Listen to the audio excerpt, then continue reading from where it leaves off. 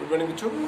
बेटा जैसे जानते हैं कि हम लोगों ने पिछले वीडियोस में जो आप लोगों को कंप्लीट किया वो कंप्लीट किया था कि the work done by the nationalist people of the France to generate the nationalism in the people of the France. हम लोगों का जो पिछला टॉपिक था वो था कि क्या क्या फ्रांस के नेशनलिस्ट लोगों ने आफ्टर फ्रेंच रिवोल्यूशन हम डिस्कस कर रहे थे कि फ्रेंच रिवोल्यूशन को कोरिलेट करने की कोशिश कर रहे थे, और हमने बताया था कि फ्रेंच रिवोल्यूशन आपका काफी इंपॉर्टेंट टॉपिक है और वहीं से स्टार्ट होता है हमारा नेशनलिज्म। ये मैंने आप लोगों को डिस्कस कर दिया था।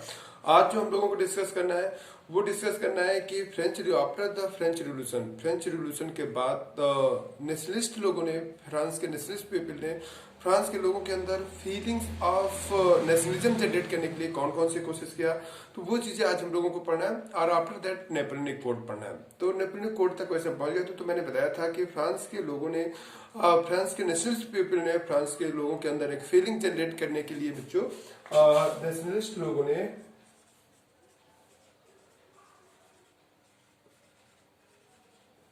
नेशनलिज्म इन यूरोप का हम लोगों ने रिवीजन स्टार्ट किया है। और इसको बेटा आपके बारे में पूरा एक एक टॉपिक पढ़ना है। जो बीच में थोड़ा सा जंप किया गया था वो बिल्कुल नहीं छोड़ना है और पूरा टॉपिक पढ़ते हुए हमें इस चैप्टर को खत्म करना है। इंपॉर्टेंट चैप्टर है। तो मैंने बताया था कि फ्रांस के नेशनलिस्ट पीपल ने फ्रांस के लोगों के अंदर एक फीलिंग्स ऑफ नेशनलिज्म जनरेट करने के लिए कुछ प्रोविजन किया और उस प्रोविजन को ही हमें पढ़ना होता है। तो पहला सबसे पहले हम लोगों ने पढ़ा था बच्चों ला लीसिटॉन। सबसे पहले हमने पढ़ा ला पेट्रे का मतलब होता है मेंटालिटी ऑफ द फादरलैंड। फिर दूसरा हमने लोगों ने पढ़ा था, इसको बहुत वर्ड याद रखना, फ्रेंच वर्ड है, कभी कभी पूछ सकता है एक नंबर में कि what is meaning of la patron. तो आपको पता होना चाहिए कि इट मीन्स दैट फादरलैंड। और दूसरा हमें बहुत अच्छे से याद रखना होगा बच्चों, second we have to be confirm that in second ली सिटॉन मतलब citizenship of the country, citizenship of the France, बहुत अच्छे से याद रखना।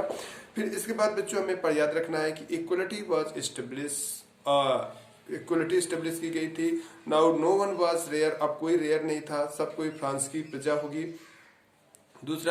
तीसरी चीज मैंने बताया था कि equality was establish among all the people of the France, feudalism का एंड किया गया था। और फिर इसके बाद मैंने बताया था कि जो स्टेट जनरल थी उसका रीनेम कर दिया गया था और उसका नाम स्टेट जनरल का नाम बदल करके बच्चों नेशनल असेंबली कर दिया गया था।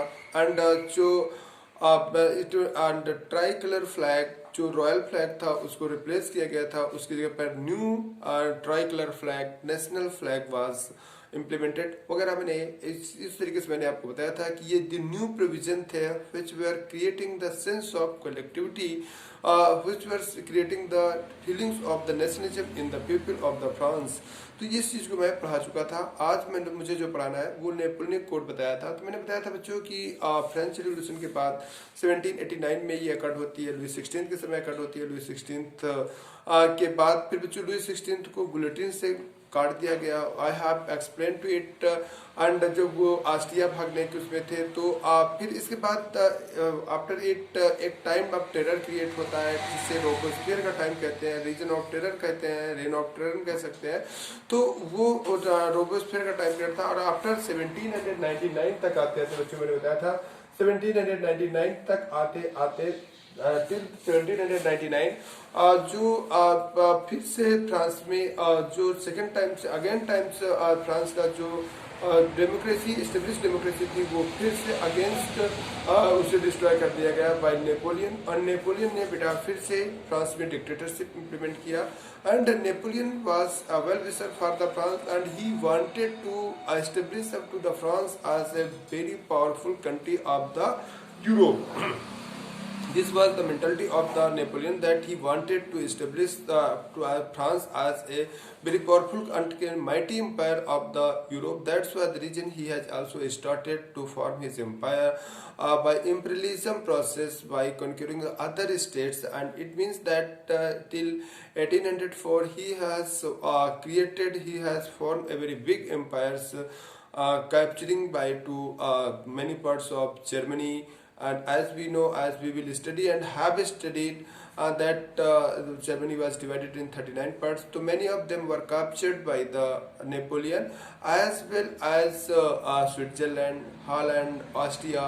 इन सबको कैप्चर करके नेपोलियन ने एक बहुत बड़ा एम्पायर टिल 1804 तक उसने इस्टेब्लिश किया। तो टिल तो अगर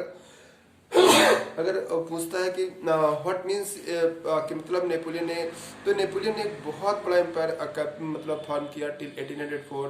ही Kemps 19 at the time of the French revolution he was the general of army, and after it in 1799 he came as a political power and a powerful dictators of the France, and has started to establish to form his empire by different victories, and after it he has formed a very big empires, and then to establish the effective administrative systems as well as the peace in his empire. He has introduced collection of some laws, and collection of those laws are known as a Napoleonic Code या Civil Code of 1804। पिछली बार मुझसे पूछा गया था what is the other name of the Napoleonic Code, तो याद रखना Civil Code of 1804। Civil code इतना पूरा नाम आपको लिखना होगा कि सिविल कोड ऑफ 1804। तो what is the other name of Napoleonic code, civil code of 1804। कि नेपोलियनिक कोड क्या था, तो अगर पूछता है what was Napoleonic code, then you have to explain from here that Napoleon came in power in 1799 in the France, and by different victories he has formed a very big empire, and after forming a big empire, such a big empire, he wanted to establish the effective administrative system in his empire, as well as effective administrative system and peace all over his empire. That's why the reason he introduced collection of some laws in 1804, which come to known as a Napoleonic Code of the 1804, Napoleonic Code या Civil Code of 1804। तो बच्चों civil code of 1804 में Napoleonic code में कौन कौन से provision थे, we have to discuss that what were the main provision of the Napoleonic code of the Napoleon civil code of 1804। तो we have to discuss them one by one कि what were the main provision. तो सबसे पहले equality, equality was established among the all people of the France.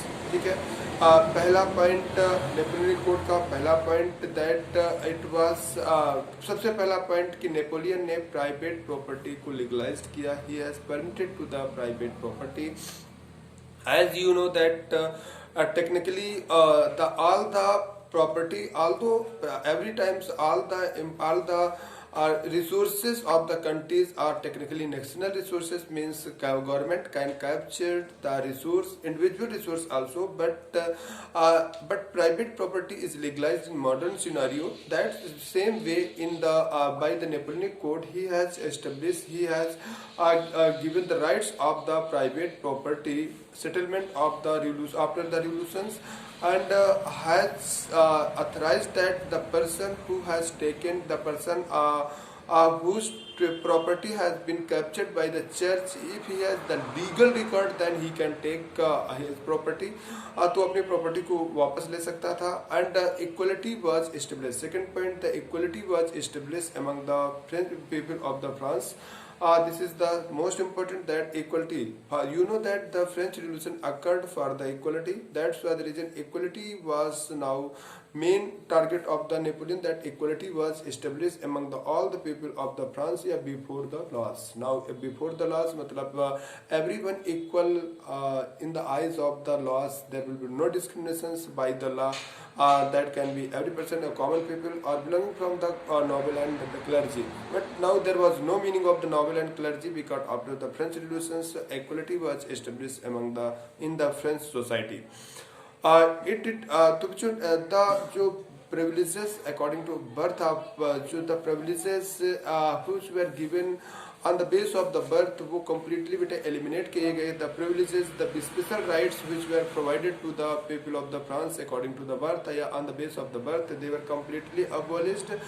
and these law जो privileges पहले क्या था बच्चों की according to privileges का मतलब होता है कि by birth जो right मिल जाते हैं। जैसे पहले जो the person who was taking birth in clergy or noble group, he has special rights by birth, and the people who was born in the common peoples he have to face the those discrimination which were traditions in the society of the France. तो privileges जो birth के base पर बच्चों दिए गए थे वो उनको कम्प्लीटली एलिमिनेट कर दिया गया। बर्थ के बेस पर किसी को कोई स्पेशल राइट नहीं थे। एंड दीज लाज जो नेपोलियन के बच्चों ये लाज थे, these laws not only implemented the France but all over the empire of the Napoleon. ये केवल फ्रांस के लिए ये लॉज नहीं थे बल्कि ये लॉज पूरे फ्रांस के लिए थे, पूरे एम्पायर के लिए थे, क्योंकि नेपोलियन का तो उस समय नेपोलियन के एम्पायर में बेटा केवल फ्रांस नहीं था। Now not only the France was the part of the Napoleon but उसने स्विट्जरलैंड को अपने एम्पायर का पार्ट बना लिया था, उसने हॉलैंड को अपने एम्पायर का पार्ट बना लिया, ऑस्ट्रिया के कुछ पार्ट को उसने अपने एम्पायर का हिस्सा बना लिया था। ठीक है, जर्मनी के मेनी पार्ट्स को उसने अपने एम्पायर का हिस्सा। तो these laws were not implemented only in the France modern France but these laws were introduce all over the empire of the Napoleon. तो इस तरीके से बच्चों these law and by he has into the feudalism system. It was ended the feudalism system. Feudalism system के बारे में मैंने बार बार बताया कि feudalism systems can be compared with the Indian zamindari systems. India में जो जमींदारी system which was introduced by the zamindari system was introduced by the Britishers in India in तो बच्चों उसका एक टैक्स कलेक्शन खासकर स्पेशली लैंड टैक्स यानी revenue collection के लिए एक डिफरेंट जमींदारियों में पर्टिकुलर पार्ट को बांटा गया था। तो वो जो जमींदारी सिस्टम था that can be compared with the feudalism of the Europe के फ्यूडलिज्म से उसे कंपेयर किया जा सकता है। फ्यूडलिज्म का मतलब होता है कि एक छोटे छोटे राजा और छोटे छोटे एरिया के king who were responsible the tax collection of the tax and छोटा क्या कहते हैं एक लोकल लेवल पर एडमिनिस्ट्रेटिव सिस्टम के लिए भी। तो फ्यूडलिज्म हर सेक्टर से बेटा एंड किया गया, चाहे वो फार्मर सेक्टर से हो चाहे वो feudalism in every sector feudalism economic systems was involving and उसको हटाया गया। तो जो फ्यूडलिज्म इकोनॉमिक सिस्टम में था टैक्स कलेक्शन के सेक्टर में था उसे खत्म किया गया। ठीक है बच्चों, नॉबल्स मिडिल क्लासेस पीजेंट्स ये अब कोई स्पेशल डिवीजन नहीं था, clergy nobles peasants common people ये इसका जो डिवीजन था वो डिवीजन भी तक खत्म कर दिया गया। और now it was assumed it was accepted that everyone is the subject of the France. कोई स्पेशल राइट नहीं है, सब कोई अब फ्रांस के सब्जेक्ट है, वो भले ही नॉवेल्स ग्रुप से बिलोंग करता रहा हो या कॉमन पीपल से बिलोंग कर रहा हो। नाउ अब everyone is the subject of the everyone becomes या peasant became of the equality and everyone was before the क्या कहते हैं law and equal before the law and taxation was compulsory for everyone. वो जो पुराना scenario हम देख रहे थे, ओल्ड सिनारियो देख रहे थे कि क्लर्जी और कॉमन पीपल को कोई टैक्स नहीं देना पड़ेगा, वो सब एलिमिनेट कर दिया गया। अब एवरीवन हैव टू पे the tax because now everyone is equal and equally subject of the France. Old guilds थे बेटा, ओल्ड गिल्ड हम कहा करते हैं, गिल्ड्स कहते हैं जो टैक्स कलेक्शन के ओल्ड सिस्टम थे उनको खत्म कर दिया गया। जैसे इन इंडिया में चुंगी एक सिस्टम होता है जिसमें कलेक्शन ऑफ टैक्सेस किया जाता है, लेकिन वो गवर्नमेंटेड था, लेकिन वहाँ पर बेटे कुछ ऑर्गेनाइजेशन बनाए गए थे which were responsible for the collection of the tax, उसको बेटा खत्म कर दिया गया। और अब टैक्स कलेक्शन का काम गिल्ड्स के थ्रू नहीं गवर्नमेंट एम्प्लॉयज के थ्रू किया जाने लगा। तो ये ओल्ड गिल्ड्स या जो ओल्ड गिल्ड्स थे over abolished internal tariff barriers was completely खत्म कर दिया गया। ट्रांसपोर्टेशन एंड कम्युनिकेशन सिस्टम को इफेक्टिव बनाया गया। Transportation and communication systems were improved, उन्हें इफेक्टिव बनाया गया। Because at you know that बहुत बड़े एम्पायर का जो इस्टेब्लिशमेंट होता है या जो सस्टेनेबिलिटी होती है that depend on the transportation systems and because in very large empire there is a large chances of the revolutions in the different part of the plant, तो different part of the nations different part of the empire. तो it was must necessary that army should be reach there on times and for it the transportation systems should be also transportation and from everywhere the particular informations can be gained, for it the communication systems should be strong। तो इस तरीके से Napoleon ने अपने sustainability के लिए अपने communication system को और ट्रांसपोर्टेशन सिस्टम को बहुत इफिशिएंट और इफेक्टिव बनाया। ठीक है बच्चों, कॉमन करेंसी वाज इंट्रोड्यूस, पूरे एम्पायर में बेटे कॉमन करेंसी को इंट्रोड्यूस किया गया and standard weight and measurement पूरे एम्पायर के लिए सेम किया गया। It was introduce the standard weight and measurement system को इंट्रोड्यूस किया गया. In this way, by these laws, Napoleon tried to establish the effective administrative systems in his empire. So now it is clear that what were the provision in the Napoleonic Code, and by what way Napoleon tried to establish the effective administrative systems and peace in his empire. तो ये collection of these law is known as a Napoleonic code. तो आपको जो याद रखना है कि Napoleonic code अगर आता है, अगर बड़े क्वेश्चन में आता है तो आपको ये सारे प्रोविजन एक्सप्लेन करने पड़ेंगे. If it the questions belongs to the 5 mark question, then you have to explain all these points.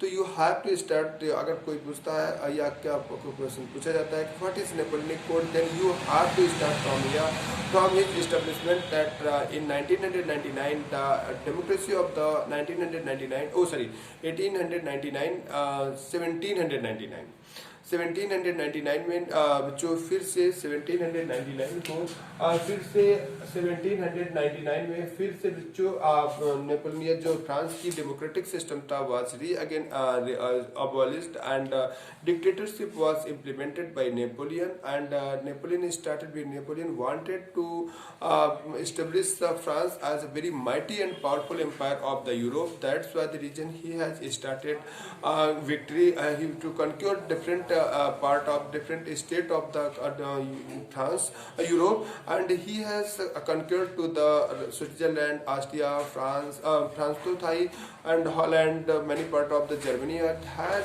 fought a very big empire, and in that empire he wanted to establish the peace and effective administrative systems. That's the reason in 1804 he has introduced collection of some laws, and these collection of some laws which were known as a Napoleonic Code or Civil Code of 1804, and these 1800 after implementing these civil code, he has provision in his code by different these points.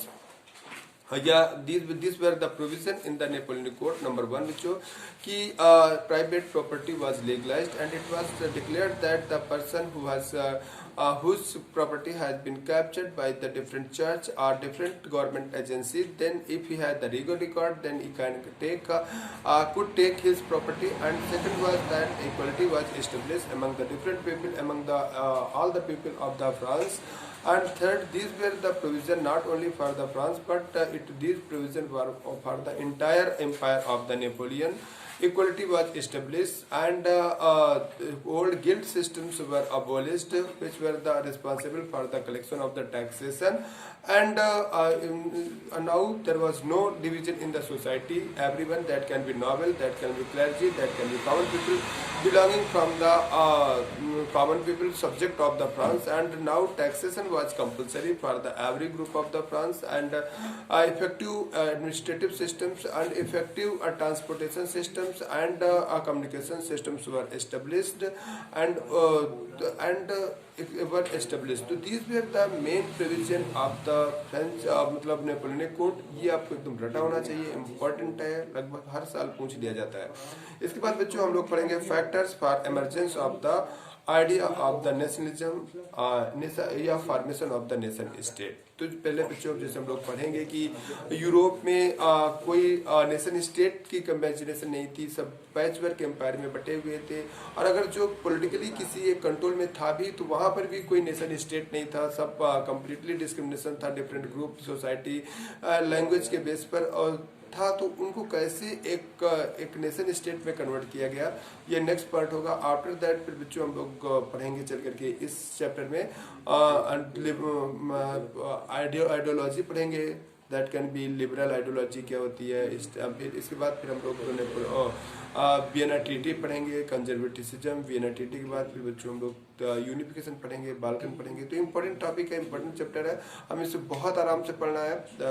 ठीक है बच्चों, 10, 15, 20 lecture, 15 lecture में कम से कम हमें इसे complete करना है, so that ये आप लोगों को अच्छे से कंप्लीट हो जाए और अच्छे से रिवाइज हो जाए. क्योंकि इम्पोर्टेंट टॉपिक है और थोड़ा सा इम्पोर्टेंट के साथ साथ चैप्टर कठिन है, तो थोड़ा समझना मुश्किल हो जाता है. बिकॉज नेशनलिज्म इंडिया इंडिया से बिलोंग करता है, तो इस वजह से आप लोगों ने उससे क्लास 6, 7, 2 तक पढ़ रखा है, तो वो आसानी से समझ में आ जाता है, क्योंकि उसमें कुछ चीज़ें हमें इम्प्रूव करनी होती है। बाकी तो हम लोगों ने इंडियन स्ट्रगल मूवमेंट या गांधी जी के बारे में बचपन से जानना शुरू कर देते हैं। That's why the reason comparatively this that is ज़्यादा इंपॉर्टेंट चैप्टर तो नेशनलिज्म इन इंडिया है, क्योंकि ज़्यादा मार्क्स कैरिंग आपको नेशनलिज्म इन इंडिया होगा। लेकिन ये थोड़ा डिफिकल्ट होने के लिए थोड़ा सा चैलेंजिंग हो जाता है, तो हम लोग इसे आराम से इस बार पढ़ेंगे और कंप्लीट करेंगे। ओके बच्चों, थैंक यू।